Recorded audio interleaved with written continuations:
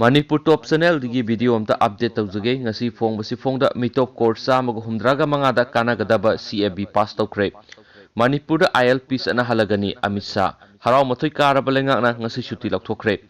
Afghanistan, Pakistan amasung Bangladesh tagi kumja English ani taraga mari gi December 13 fawbagi mamangda lebak asida sanglakhiba mitop course amaga humdraga mangada kanaba pigidaba citizenship amendment bill 2019 ngasi numidang athengbada Lok Sabha da pass tawkhre.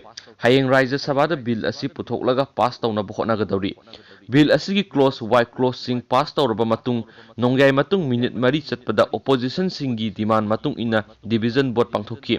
Vote aduda bill asibu ayaba pikhibana sahumga taraga mathoini aduga bill asigi mayukta laikibana vote marfuni. MP amate extend tawdana punna sahumga maudraga mathoi vote hadanaki.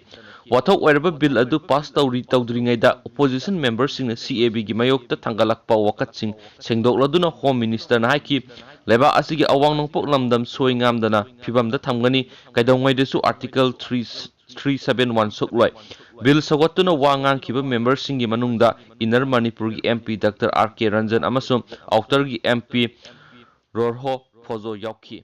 Thank you.